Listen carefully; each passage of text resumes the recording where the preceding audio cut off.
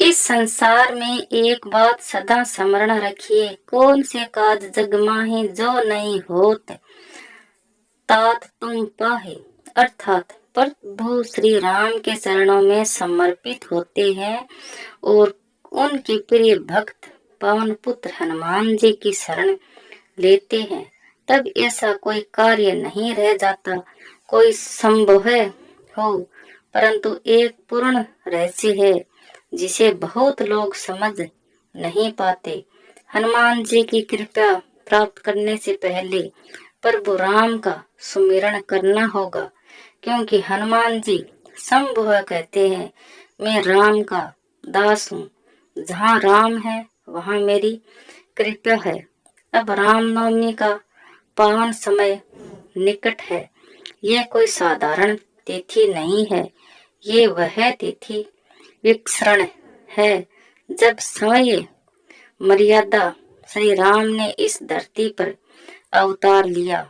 इस दिन की साधना सामान्य दिनों की तुलना में कई गुना फल देने वाली होती है। यदि कोई साधक इस दिन से संकल्प लेकर साधना आरंभ करता है तो आपकी जीवन की दिशा बदल सकती है। जो दिशा और बुद्धि चाहते हैं वे सदा से हनुमान चालीसा का पाठ प्रारंभ कर सकते हैं। जब स्त्रोय से पीड़ित हैं, आप प्रेत बाधाओं से पीड़ित हो, फंसे हो, वो बजरंग बाण का संकल्प ले। और जिनके घर में क्लेश है, अशांति है या मनोकामनाएं अधूरी हैं, वह सुंदरकांड का पाठ प्रारंभ करे। लेकिन केवल पाठ करना ही पर्याप्त नहीं है, संकल्प के साथ करना आवश्यक है। रामनवमी के रात्रि में जब नवम तिथि प्रारंभ हो जाए, उस समय मन को शांत करके प्रभु का ध्यान करके संकल्प ले, हे प्रभु, मैं तेरी शरण में आराधना शुरू कर रहा हूँ। मेरी बुद्धि को शुद्ध करे, मेरा मार्ग प्रशस्त करे, फिर नियमितता से उस साधना को निभाए। अब एक विशेष बात बताता हूँ। आज के समय में सबसे अधिक समस्या मनुष्य के घर में क्लेश की है। पति पत्नी के बीच छोटी छोटी बातों पर मतभेद हो जाते हैं। रामनवमी की रात्रि में एक सरल उपाय करें, खीर बनाए और जब चंद्रमा का प्रकाश हो तब उसे कुछ समय के लिए चंद्र किरणों में रखे। फिर पति पत्नी शांत मन से बैठकर उसे ग्रहण करे। चंद्रमा मन का कारक है। जब चंद्र की शीतलता उस मन में समाहित होगी और वो अन्न आप दोनों ग्रहण करेंगे तो आपके मन में भी शांति और मधुरता का संचार होगा। धीरे धीरे कटुता समाप्त होगी और प्रेम का संचार होगा। और दूसरा एक रहस्य, बहुत से लोग कहते हैं कि धन आता है मगर टिकता नहीं और अनावश्यक खर्च बढ़ते रहते हैं। ऐसे लोग एक गोमती चक्र और एक नारियल ले उसके सिंदूर लगाकर हनुमान जी के चरणों में रख दें। यह प्रतीक है आपके जीवन में व्यर्थ चक्रों को प्रभु के चरणों में अर्पित कर रहे हैं। अब संपूर्ण सच्चा होता है तो जीवन में स्थिरता आती है और धन में बरकत रहती है। अब एक और महत्वपूर्ण साधना, यदि आपको लगता है कि घर में नकारात्मकता है, बाधाएं हैं या कोई अदृश्य दबाव है, तो एक पात्र में जल ले, उसमें गंगा जल मिलाए और इस मंत्र का जाप करें। श्री राम क्लीन क्लीन रामचंद्राय नमः। श्री राम क्लीन क्लीन रामचंद्राय नमः। कम से कम 108 बार इस मंत्र का जाप कर उस जल को अभिमंत्रित करे और घर के कोनों में छिड़क दे। यह कोई केवल जल ही नहीं है, यह एक ऊर्जा बन जाएगा और वो ऊर्जा आपके वातावरण को शुद्ध करेगा।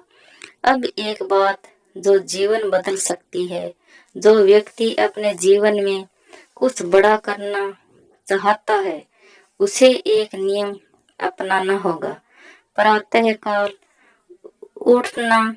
रामनवमी से ये संकल्प ले कि आप प्रातः काल उठेंगे, सूर्य को नमस्कार करेंगे। सूर्य आत्मा के कारक हैं, उनकी कृपा से आत्मविश्वास बढ़ता है, निर्णय शक्ति प्रबल होती है और जीवन में तेज आता है। और अंत में एक अत्यंत महत्वपूर्ण बात जाने, जो भी आपके सामर्थ्य हो उसमें से कुछ अंश आवश्यक दान करें। यह आपकी आवश्यक नहीं कि केवल धन का ही दान हो।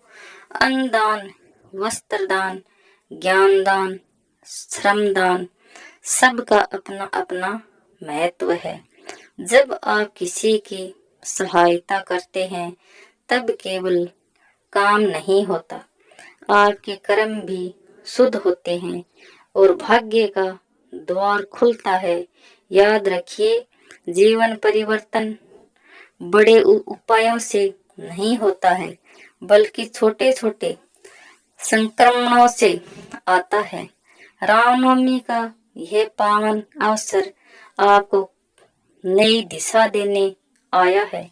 यदि आप इस दिन को समझकर श्रद्धा और संकल्प के साथ आगे बढ़ते हैं तो निश्चित ही आपका जीवन सुख समृद्धि में शक्तिशाली और मंगलम हो जाएगा। और आगे एक और बात समझ लीजिए, साधना के केवल शब्दों से नहीं होती, साधना भाव से होती है। बहुत लोग कहते हैं कि हम वर्षों से पाठ करते आ रहे हैं, फिर भी फल नहीं मिलता।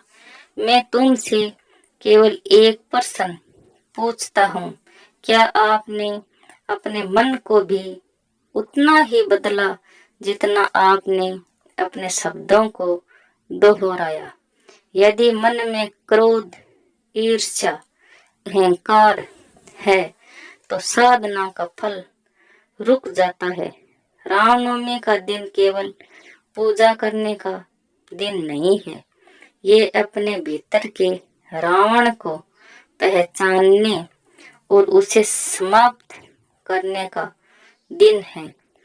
जब तक भीतर का अहंकार जीवित है तब तक राम का राज्य आपके जीवन में स्थापित नहीं हो सकता है।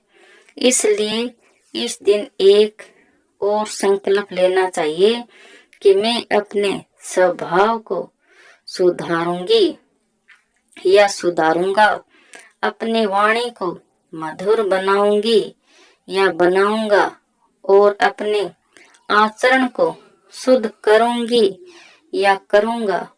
यदि याद रखिए, भगवान को बड़े बड़े